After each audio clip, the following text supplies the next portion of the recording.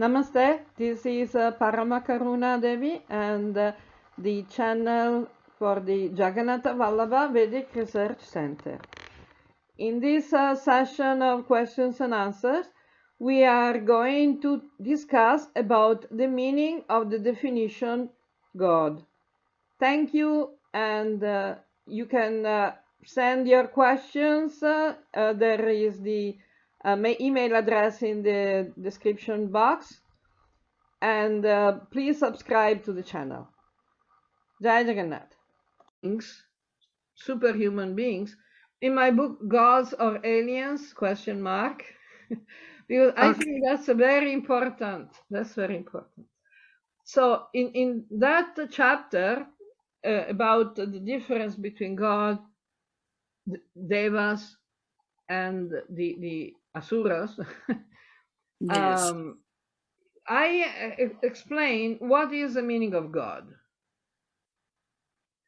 Now, God is, in Sanskrit terms, is tattva, tat. Tat. When we say Om Tat Sat, it means tat. Yes. Sat means eternal existence. Right. So when people ask you what is God, you can say Om Tat Sat. That's the perfect explanation. Yes. Complete explanation. So the Om Tat Sat is God in the sense of Brahman, Paramatma, Bhagavan. Brahmand, Paramatma, Bhagavan. There Right. is one famous verse in Bhagavata Purana that says Vedanti tat tattvavidas. This tattva, this tat, is described, is one thing only, but is described in various ways as Brahman, Paramatma, Bhagavan. And we could add Atman, because there is also this equivalence between the Atman and Brahman in the quality of being. Because the Atman is also Sat Chit Ananda. Right. The only difference is that the Atman is Anuatma. It's very small. Anuatma. Right. So the Jivatma, when it is confused by the delusion of separation from Brahman, is not very effective. It's we can say it's like the fire that is contained potentially inside the wood. You know, okay. Firewood is fire. Yes. But not when it's cold, when it's covered by, so many material layers. Now, the Jivatma or Anuatma is Brahman, but it has the illusion of separation, duality, illusion of duality. Yes. When we say that Brahman is everything, of course everything is Brahman. We are Brahman, Shiva is Brahman, the Devas are Brahman, the Asuras are Brahman, but how? Yes. Because everything exists. God is existence. Okay. Now, this existence, transcendental, pure, ontological existence, is called Vishnu or Narayan. Okay. Adi Shankar, in his first verse of his commentary to Gita Bhashya, he writes, Narayana Paravyaktat. Narayana is transcendental and non-manifested. Vishnu is not relative to the material world, it's absolute. Beyond the material world, beyond the manifested. Yes. Now, when Vishnu wants to manifest, and specifically wants to manifest for the benefit of the Jivatmas, he manifests the creation, the material worlds, plural. All the unlimited number of Brahmandas. But Yes. when Vishnu comes in contact, when Vishnu manifests in duality, he is called Shiva Shakti. Vishnu manifesting in duality, they are called Shiva Shakti. Because Vishnu contains both male and female. Okay. Both Purusha and Prakriti, because it's not manifested. It's one thing. It's like the Bindu. You remember there is one Upanishad. It is called Bindu. Yes, What yes. is the Bindu? The Bindu it's like geometrically the point has no dimensions. Yes. It's infinite. It's difficult to understand. It has no dimension. Yes. So God, as Vishnu, is beyond time, space, and individuality. Yes. Vishnu is everything. It's everywhere, always, but it's not manifested. Okay. In order to manifest, Shakti is required. Yes. So Shakti manifests as the counterpart of Purusha. Okay. So Shakti manifests as a Prakriti, which is the same. Para-Prakriti, Apara-Prakriti is always Prakriti. It's like you have a head and 2 feet. It's not that the feet are not you. Yes. Or the head is not you. It's still you, but one part is higher, one part is lower.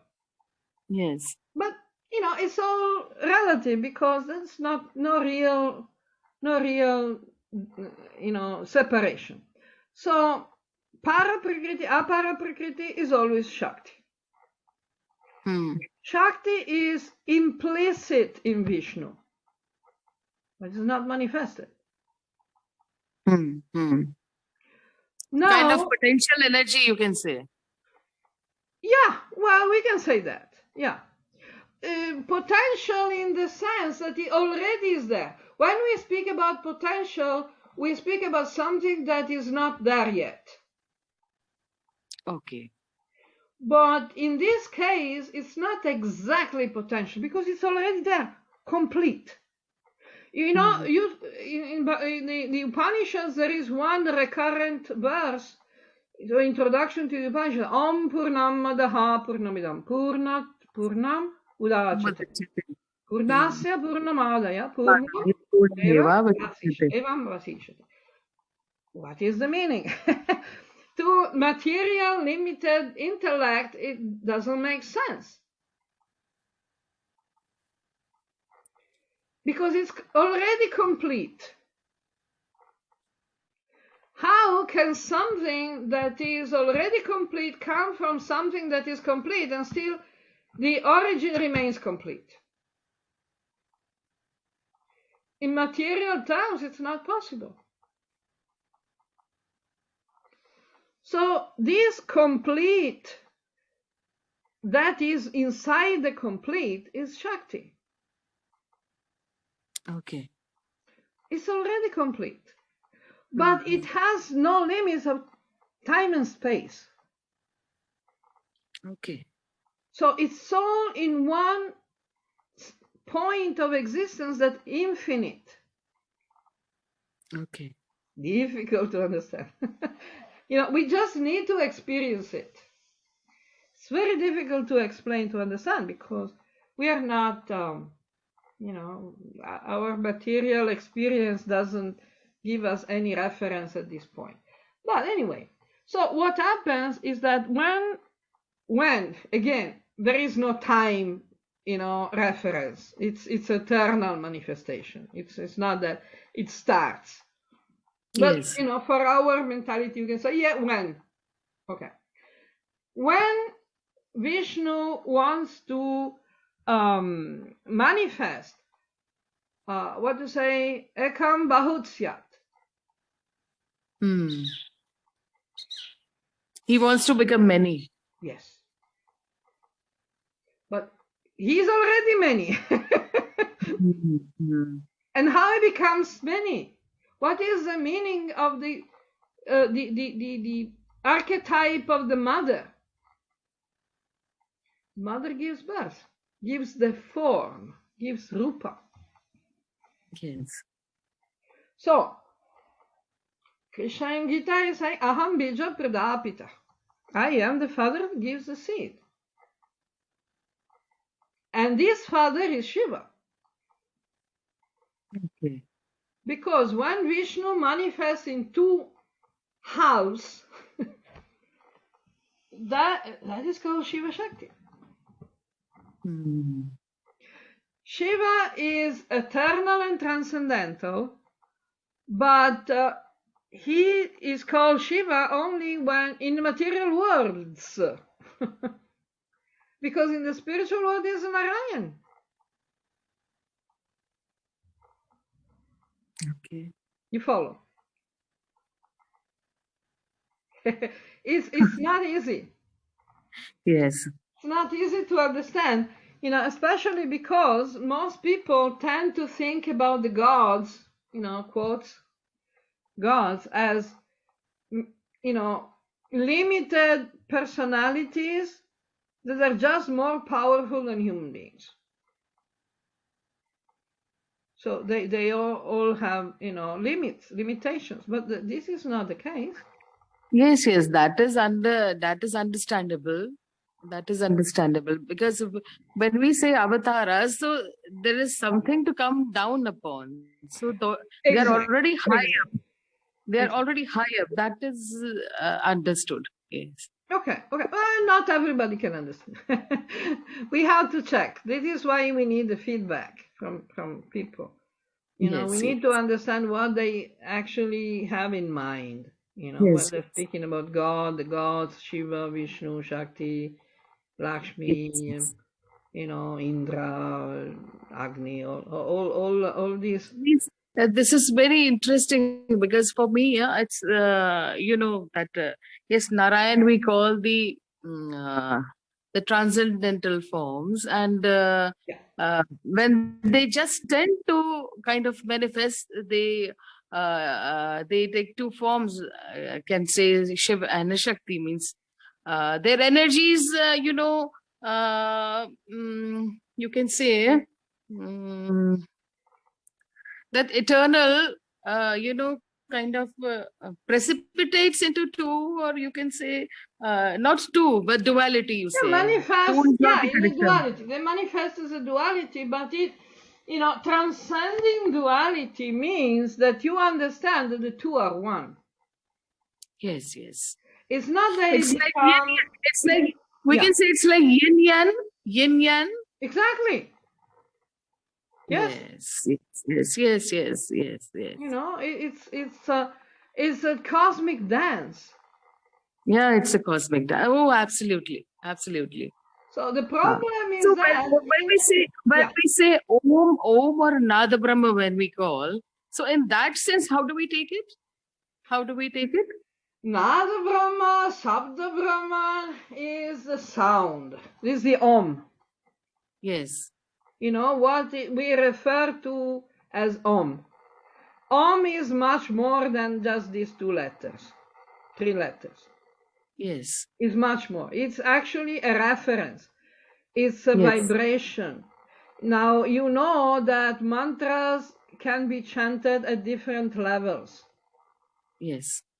The sound has different properties, whether it is gross sound, subtle sound, or transcendental sound. Yes. This is important. Most people don't know these basics. Yes. So this Nada Brahma is actually, the transcendental sound. But transcendental sound, some people think that transcendental sound is what their religious sampradaya says. But that's not it's a pity that people just limit themselves. They really don't want expansions. It is, they are not so fortunate, I think so. Okay, it is their karma. Yes, I It is their karma. understand. I agree. But we need to establish the basics. Very much, very much. The problem is that most people, especially in regard to Hinduism, Vedic knowledge is an ocean. It is. So they want to jump in the high seas. Yes. And they don't know how to swim. Oh, yes. Patrata to lani padegi. Yes, you need to be qualified. We need to start from ABC. We need to start from the basics. Yes, yes. Because if we want to go complicated and we don't know the basics, we are going to, have problems. We're going to make blunders. Misinterpret things. You're right. So what I'm trying to do, I'm trying to go step by step, going to the basics, make sure that people got the basics right, and then proceed and go on. Now, if you have a look, especially this book, this Gods or Aliens, I think it's very interesting. You can see some of these basics that are also very interesting for like the current cultural issues. Like lots of people are actually very interested in this ancient astronauts. What are the UFOs? What are these? Like for ancient technology, Vedic technology. They are pretty confused because they don't really understand what was the ancient Vedic technology. They compare it to the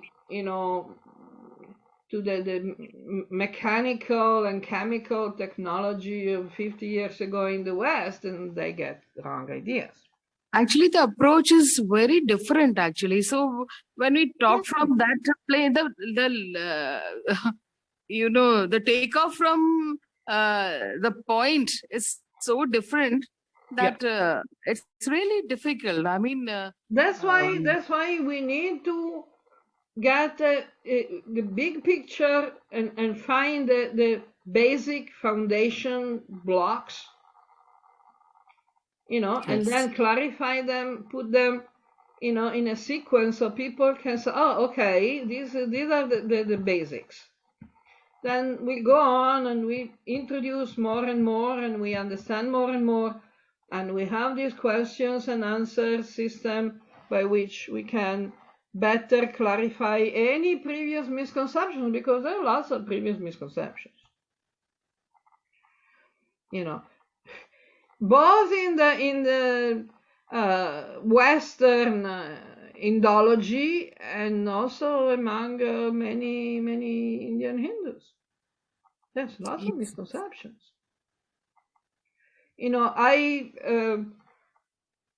Another interesting thing that I'm doing in this period, apart from the books I have already written, maybe I will be able to write some more, I'm not sure.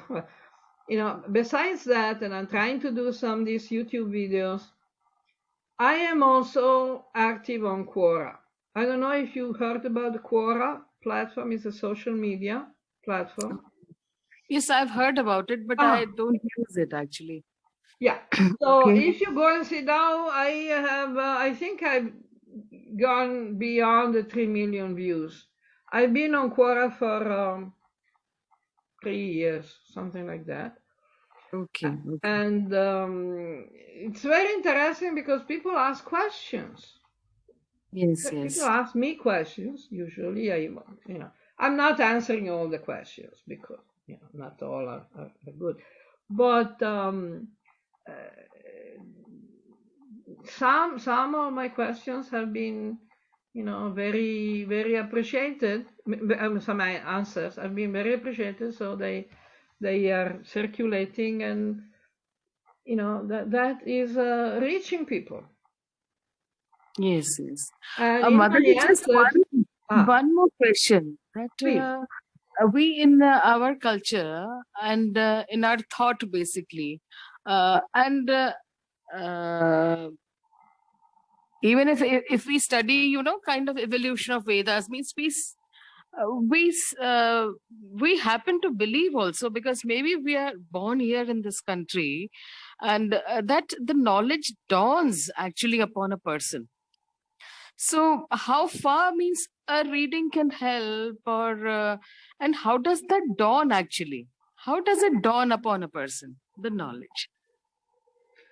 Well, Gita is explaining that we pick up in this life where we left our previous life. Very true, very true, very true.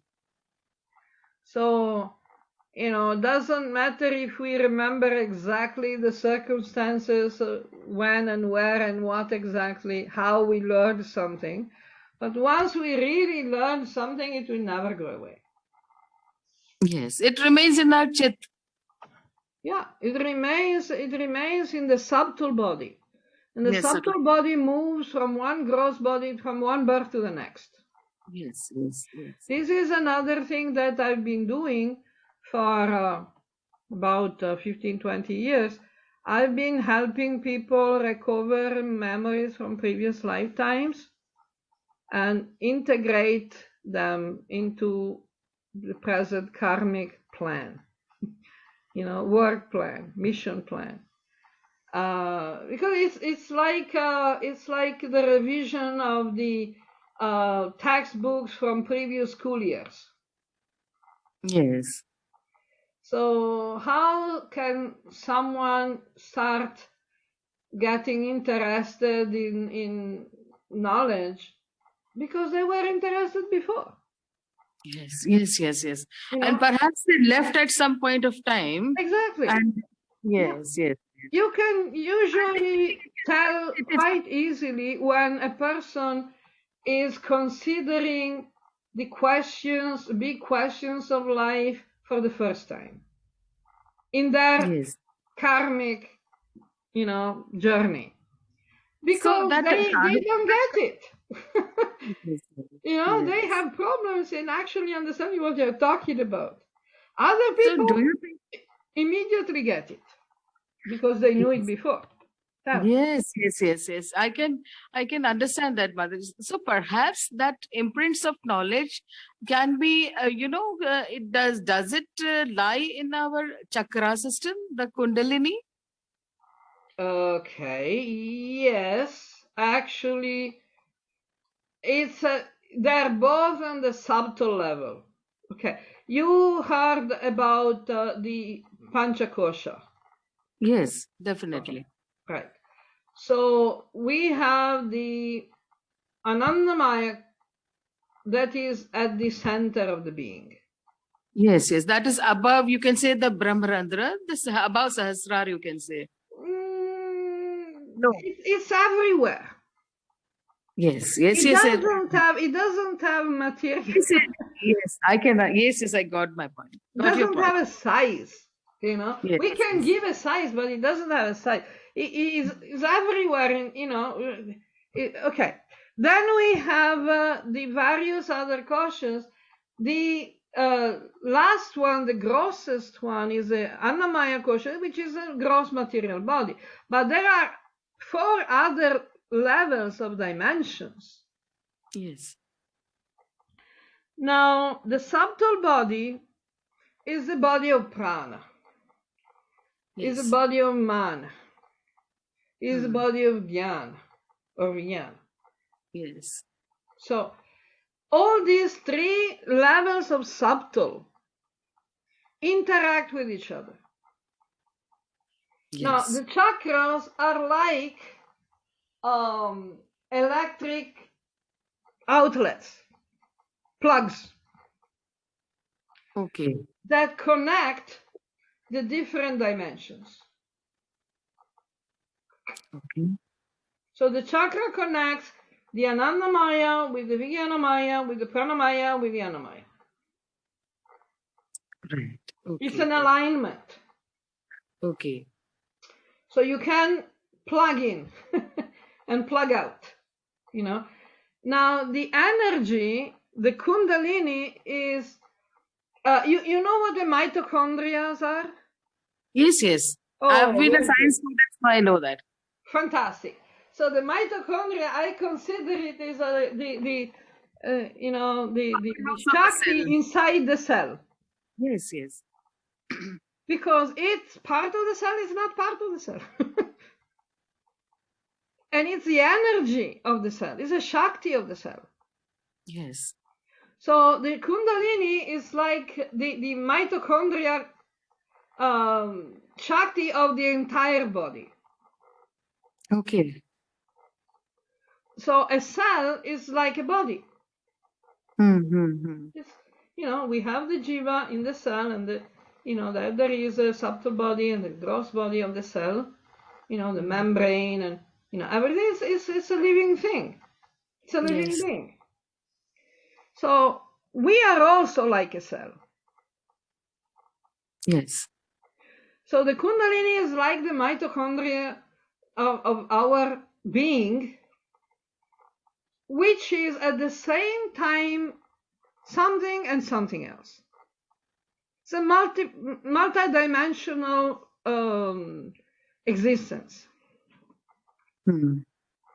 So the Kundalini is a manifestation of the Mother Goddess inside our body. Okay. And the Shakti. Yes, Chit Shakti, the consciousness. Yes. Chit Shakti is the Devi. Right.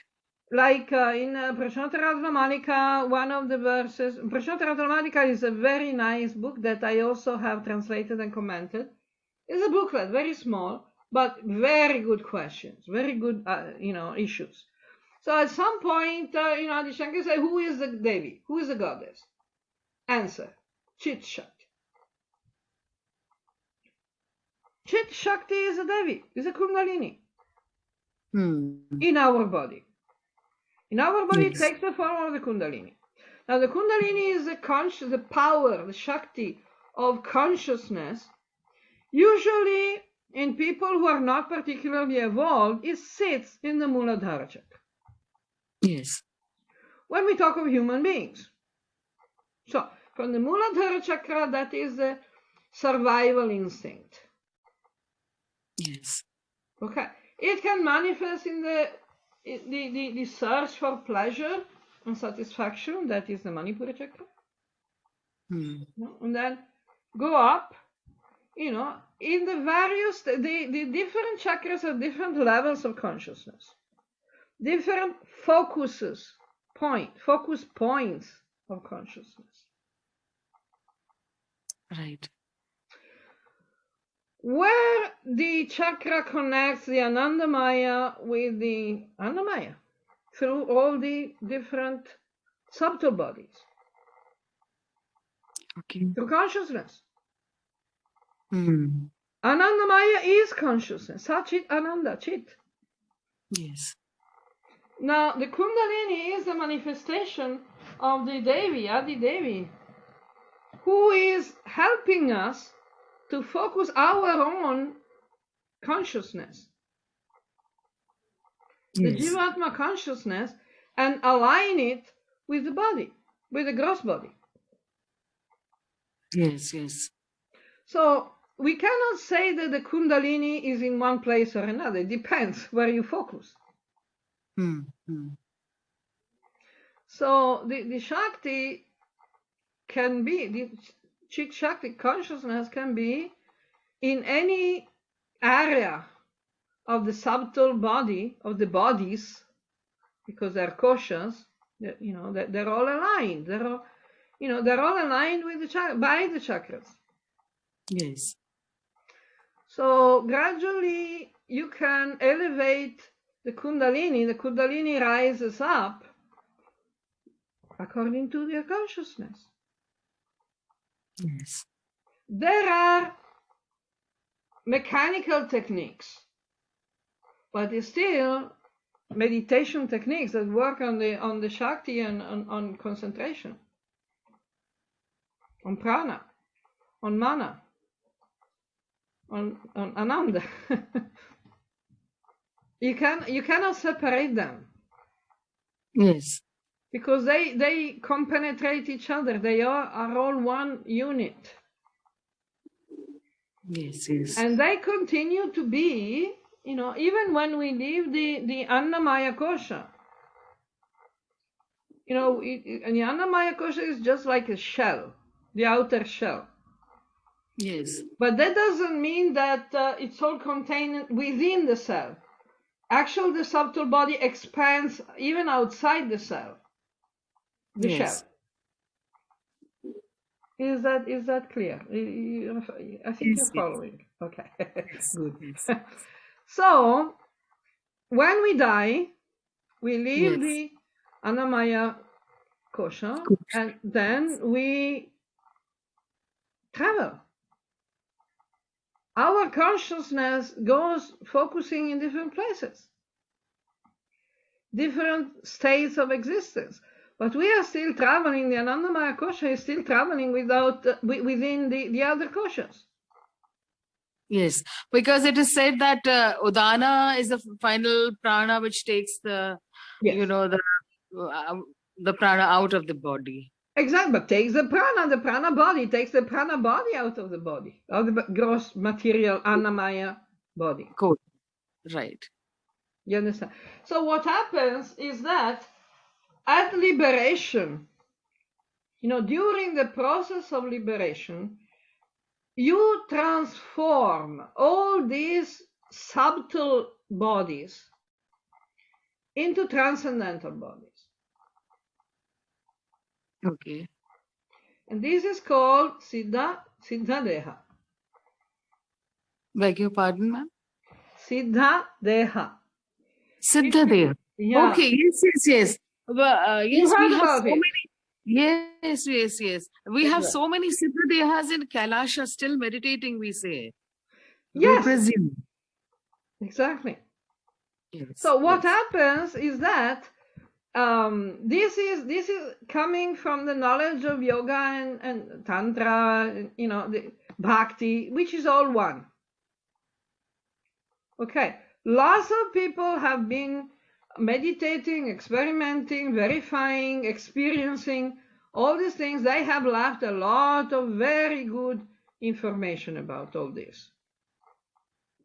Now, by transforming your subtle bodies into transcendental spiritual bodies, then you achieve liberation because you're not conditioned anymore. The fire of knowledge, like Krishna says in Gita, the fire of knowledge is burning the karma.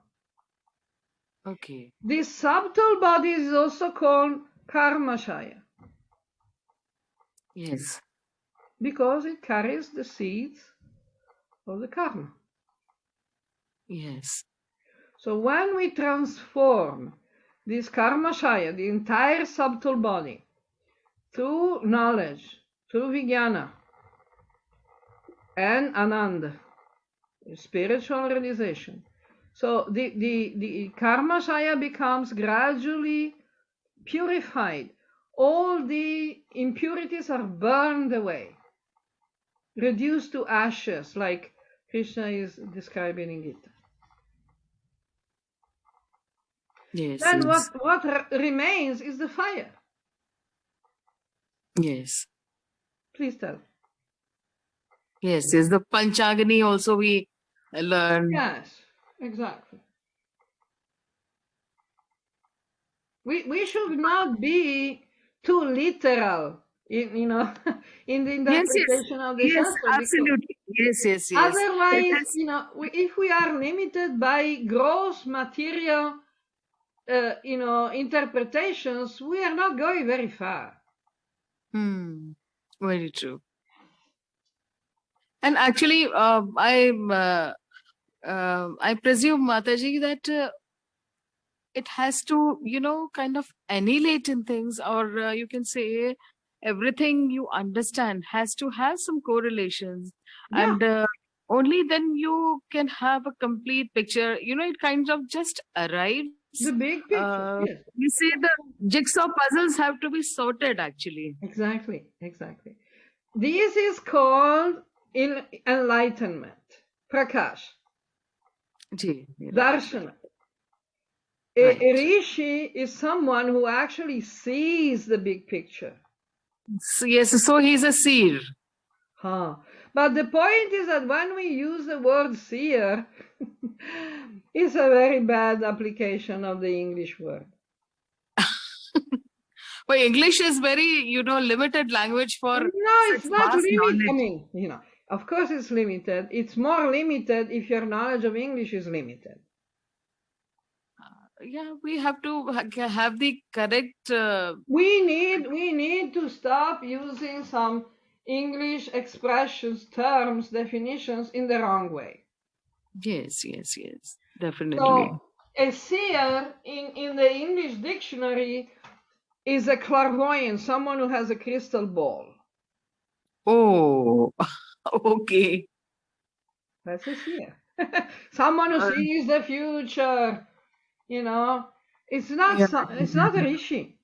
It's no. He cannot be a rishi. It's a very. It's a very lower kind of. Exactly. Yeah. In the same way, I see lots of people are using the word idol when they want to refer to Vigraha, Murti, or, sacred image. Instead of saying idol, you can say sacred image. Yes, Mother. English has the proper words. Problem is, if you use the word idol, it's a very bad word. Yes, it is. Because it means false god. Yeah. Go in the dictionary. The word idol itself doesn't have prana. It is lack of prana. The word idol itself means lack without any prana. Yeah, false god. Yeah. False god. Now, the problem is that originally, from the Greek idea, idolia means, ancient Greek, means image, which doesn't have any particular bad meaning. But the point is that it was used by Christians, by Abrahamics in general, in a negative way. So it was taught to Indian people through the missionary schools. And so people have absorbed this idea. They call it idol. Yes. I think it has been some 300 odd years where, things have really messed up. Otherwise, the things really existed in the way they should have been. Okay. Now, we have the opportunity to try to improve the situation a little bit. Yes, with the grace of God that you have. Yes. We should focus on what to do to help people. Yes. At least fix some of the biggest misconceptions. Yes. Gradually, we'll fix more and more until we get, the noticeably better situation. Yes. Good. Now it's about 5:50 here in India. Yeah.